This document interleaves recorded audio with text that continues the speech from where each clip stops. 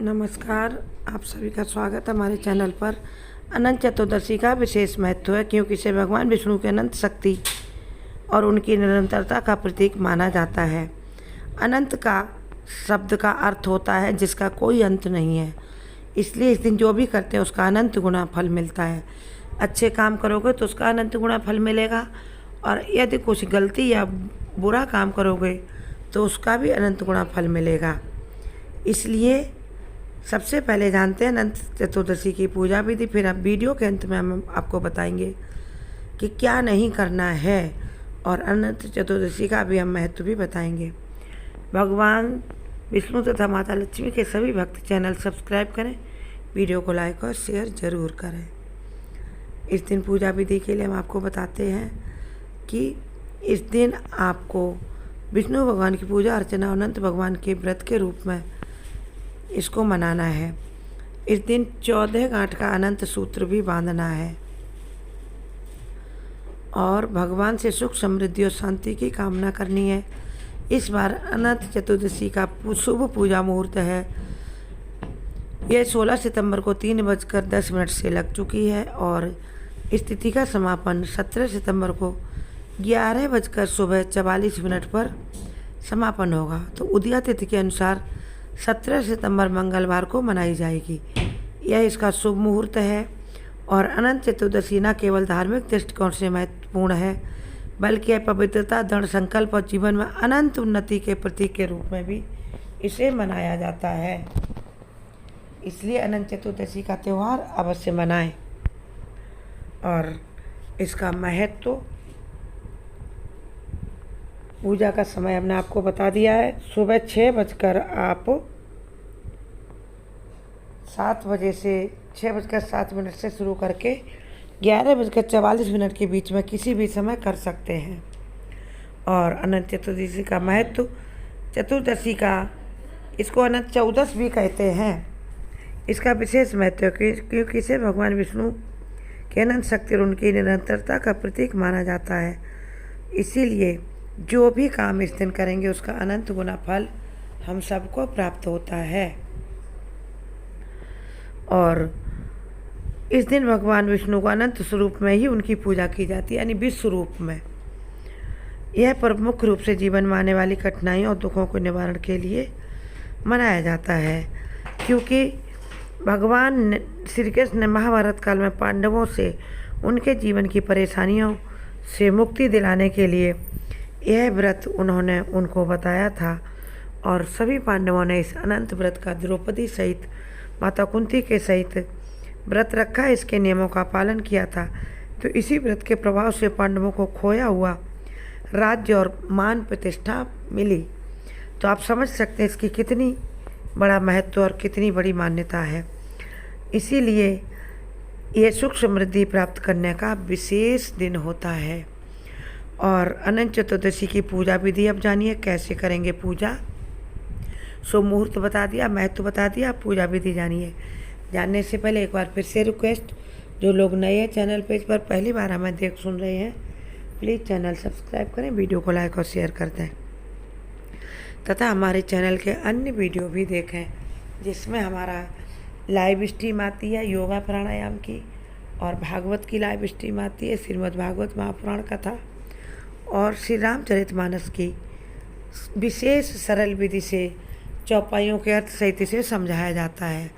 जिनकी इसमें रुचि हो हमारे अन्य वीडियो जरूर देखें। और अब पूजा विधि जानिए। अनंत चतुर्दशी के दिन व्रत रखने वाले प्रातःकाल स्नान करके भगवान विष्णु के सामने अनंत सूत्र 14 गांठों का ओम अनंत देवाय नमः बोलकर, एक गांठ पर एक बार बोले ओम अनंत देवाय नमः, ऐसे बोलते बोलते 14 गांठों का कलावे का बना लें आप अनंत सूत्र, और इसको अनंत भगवान को आप दें। यह 14 लोकों का प्रतीक होता है। इस दिन प्रातःकाल स्नान करके शुद्ध वस्त्र भी धारण करें। फिर ये अनंत भगवान को जब आप समर्पित कर देंगे 14 गांठ का बाला धागा, उसके बाद उसको धूप दीप दिखाएंगे, भगवान के साथ उसकी पूजा भी करेंगे 14 गांठ के धागे की। भगवान विष्णु की प्रतिमा माता लक्ष्मी के साथ हो तो बहुत अच्छा। चित्र के समक्ष आप षोडशोपचार विधि से पूजा करें, यानी धूप दीप नैवेद्य से भोग लगाएं, भगवान को इस प्रकार पूजा करें। इसमें यदि आप विष्णु सहस्त्र नाम का पाठ करना भी अत्यंत लाभकारी होता है। इसके अलावा भगवान विष्णु को फूल अक्षत धूप दीप और नैवेद्य अर्पित करें। सुबह आप विष्णु सहस्त्र नाम का पाठ 7 बजे, 7:30, 8 बजे हम आपको ये सुनाएंगे। विष्णु सहस्त्र नाम का पाठ आप सुन सकते हैं। भगवान विष्णु को फूल अक्षत पुष्प धूप दीप नैवेद्य अर्पित करें। पूजा के बाद अनंत सूत्र को भगवान विष्णु के चरणों में अर्पित करके पवित्र जल छिड़कें, उसकी भी धूप दीप से आरती करें। और पुरुष अपने दाहिने हाथ में इस 14 गांठ के धागे को बांधें।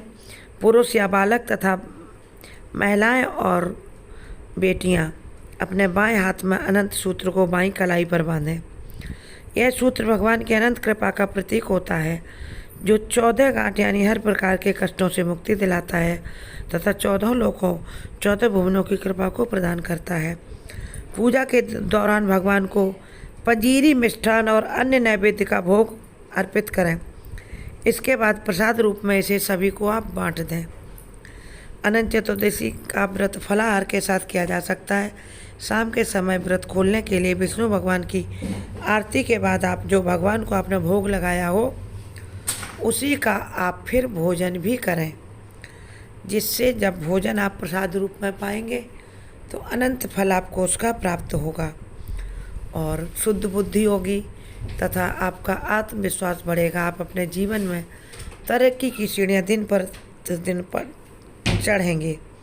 और अब हम आपको बताएंगे, इस दिन भूल कर भी ना करें ये काम, क्योंकि अनंत चतुर्दशी के दिन यदि अच्छा काम करेंगे उसका अनंत फल मिलेगा, तो बुरा काम करने का भी अनंत फल मिलेगा। इसलिए बड़ी सावधानी से रहना है। इस दिन गणेश जी का विसर्जन भी होता है। और जो लोग भी व्रत करते हैं या नहीं करते हैं, 14 गांठ का धागा आपको बांधना है खुशहाली के लिए। तो आपको फिर तामसिक चीज़ों का भोजन कम से कम अनंत चतुर्दशी वाले दिन नहीं करना है, क्योंकि यदि आपने अनंत सूत्र 14 गांठों वाला बांधा कलाई पर, तो मांस मदिरा का सेवन भूल कर भी ना करें। इसके अलावा अनंत चतुर्दशी के दिन आप दिन में सोएं भी नहीं, भगवान का भजन करें, उनसे अपनी प्रार्थना करें, मन की बात कहें, मन की बातें करें और किसी प्रकार का कोई अनैतिक कार्य भूल कर भी ना करें।